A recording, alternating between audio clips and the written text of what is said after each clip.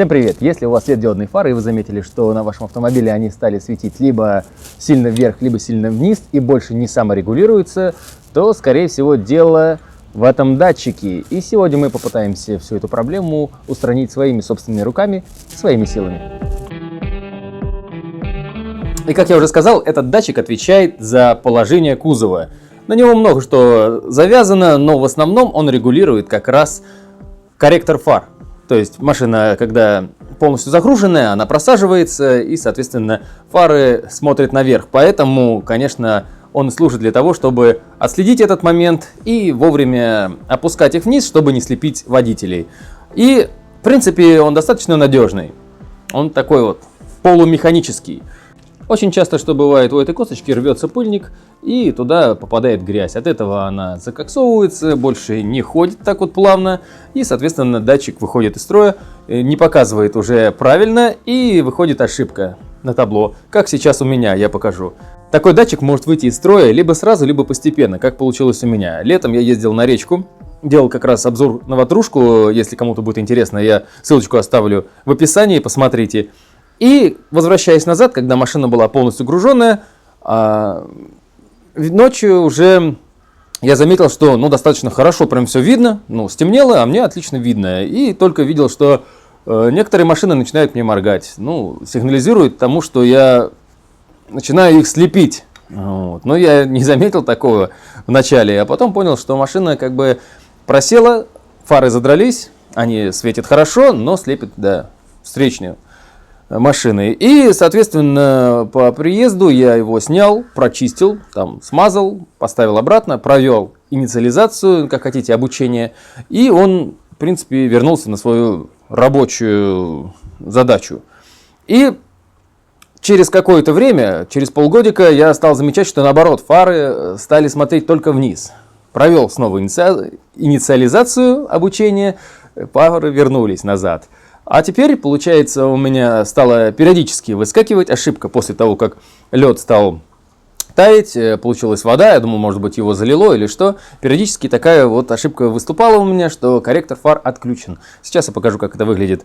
А теперь она уже стала постоянной, поэтому время ремонтировать. И, кстати, такой датчик оригинальный, конечно, стоит очень дорого. Не оригинальный с AliExpress, в среднем 1000 рублей сам датчик и 2000 вместе со всем вот этим механизмом, то есть косточка, ответная часть и сам крепежный элемент. Я решил не скупиться, если уж за 116 тысяч такой датчик вышел из строя, то я не хотел бы поменять только сам датчик, а потом через какое-то время опять прийти к тому, что нужно будет менять кость и, в принципе, еще раз к этому возвращаться. Поэтому решил не скупиться, купил сразу за 2000, и сегодня мы его установим. В принципе, от оригинала он практически не отличается. Единственное, что здесь нет никаких аббревиатур. То есть, как вы можете видеть, просто пластик, то есть такое ощущение, что на заводе его делают. Кстати, качество отменное, выглядит он просто великолепно. И если вы его закупаете, тут напишут Subaru, Suzuki, Toyota или у кого еще какие датчики такие ставятся сзади. Кстати, находится этот датчик с задней части, ближе к левому колесу. Его так не увидеть, надо будет загнать машину в гараж, залезть в подвал, и я сейчас переоденусь в рабочее и вам все покажу. Итак, когда мы залазим под машину, с левой стороны, ближе к левому колесу, вот здесь находится этот датчик. Вот его косточка, вот он сам датчик. В принципе, легко добраться, если с ямы. И так можно. Для этого надо будет выкрутить один болтик. И еще 2. Всего 3 болтика, и мы полностью снимаем. Да, конечно, не забыть снять штекер. И все, порядок. Приступаем к работе. Так, здесь нужно будет накидную на 10. Немножко придержать,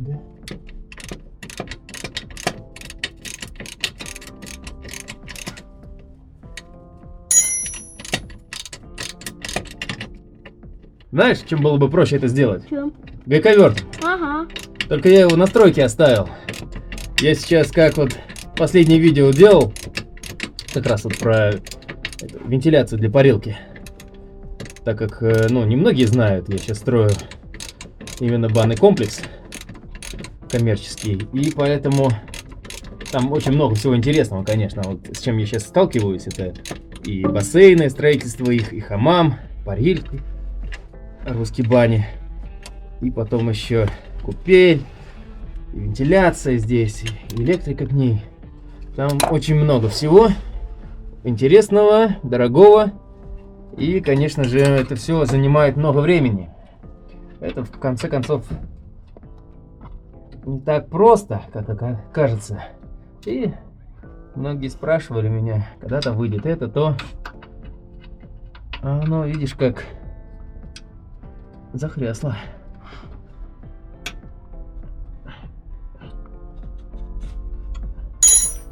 Так что в скором времени, когда я со всем этим разберусь и уже сделаю, я сделаю тоже обзорное видео, как можно своими руками и бассейн построить, и вентиляцию к нему, что очень важно, потому что бассейн очень влажный, влажность большая, чтобы это потом не испортило отделку. Вентиляция, именно циркуляция воздушных масс обязательно должна быть, так сказать, просушивание. Отопление там буду делать. Теплые водяные полы. Для меня это прям, ну, вообще одна из самых любимых тем по отоплению. Радиаторы. Один радиатор я заказал.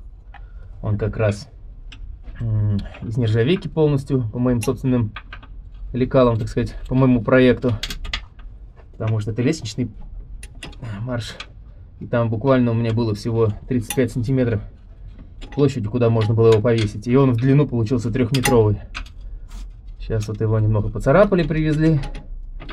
Я его сатинировал, тоже узнавал, как это. В принципе, он YouTube в помощь. G-Tools, такие ребята есть.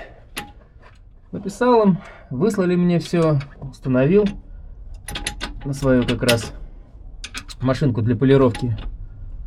Снял рукоятку и все сделал буквально за час-полтора где-то. Ну, хорошо получилось, мне понравилось. Тоже об этом все расскажу.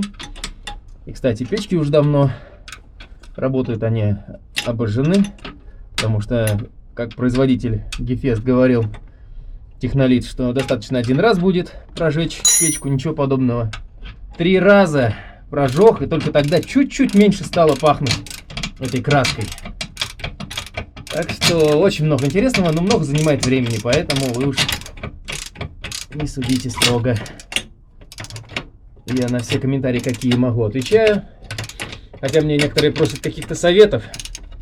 А я же не могу там, допустим, понять, в чем проблема, что сломалось. Только вот по каким-то ощущениям, по какому-то звуку. Мне присылают там вот, послушайте, какой звук, что сломалось. Говорю, мне, конечно, это очень льстит, что вы думаете, что я могу так все понять. Но нет, не всегда такое возможно. Нужно видеть, конечно. Давайте сравним, как старый датчик выглядит и как новый. Есть ли вообще отличия? Ну смотри, надеюсь, камера покажет. Вот никаких отличий я особо не вижу, да? Да, немножко другая, вот пошире у нового именно вот эта планка, которая ходит, да? И, ну, здесь вот больше закруглено. Здесь закруглено, а здесь квадратиком. Ну и все. Ну и все. 3 контакта. Все четко. С этой стороны тоже все четко. Почти такая же, только по длине. Да, 1 в 1 по длине. И смотри, вот у нового датчика они прям такие, да, вот, ну, достаточно тугие, такие приятные, да, на ощупь. И ходит он вот так вот. Приятно. Здесь же чуть-чуть закисает, чувствуется. Как будто, возможно, он не до конца даже доходил. Из-за этого ошибка выскакивала. Ну и, конечно, уже совсем разболтались. Может быть, эта косточка еще рабочая, но она даже вот, если слышно, постукивает. Кстати, вот он номер, если кому нужен будет. И номерок, где я покупал на Алиэкспресс, тоже ссылочку я оставлю, если кому будет нужно когда-нибудь поменять, пожалуйста. Ну, хотя найти не составляет особого труда. Устанавливаем и, конечно, проверим сейчас, уйдет ли ошибка сразу, или придется, конечно, конечно, придется. Новый датчик всегда требует того, чтобы его обучили, да, к мозгам машины. Как это сделать, я покажу, там ничего сложного нет, любой справится. Так, это на своем месте будет. Это будет на своем месте, вот здесь. Есть. Да, отлично вообще.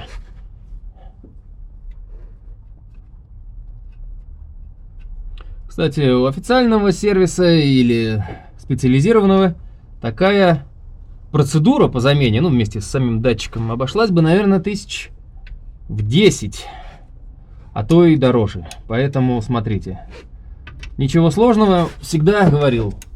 Конечно, может быть, перебирать двигатель там никто сам не будет, да? Вот. А так, какие-то мелкие ремонты всегда можно производить самостоятельно. И экономив в этот нелегкий период хорошую сумму денег.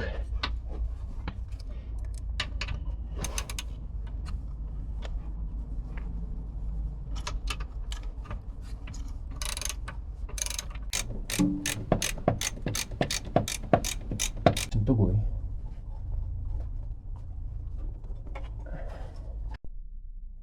Для того, чтобы обучить или инициализировать наш датчик и свет фар, нам необходимо дважды нажать на кнопку старт-стоп, тем самым мы включим зажигание, но не заводить автомобиль.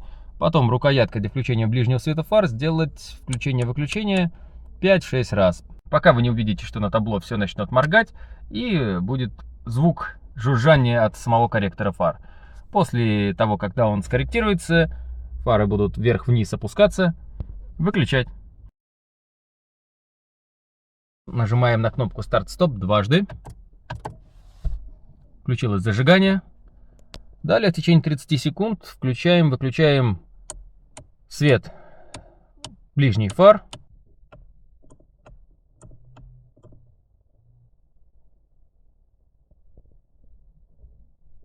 Вот она заморгала, засветилась. Корректор фар зажужжал. Все, выключаем. Выжидаем, секунд 15. Повторно включаем. 2 раза кнопку старт-стоп. И быстренько включаем-выключаем свет фар. 5 или больше раз. Вот он, заиграл, заморгал. В этот момент корректор фар ищет определенные свои положения и запоминает их. Включаются фары. Сейчас днем, наверное, это не будет видно, но фары сначала опускаются, приподнимаются и ищут свое положение. О, это, кажется, к нам.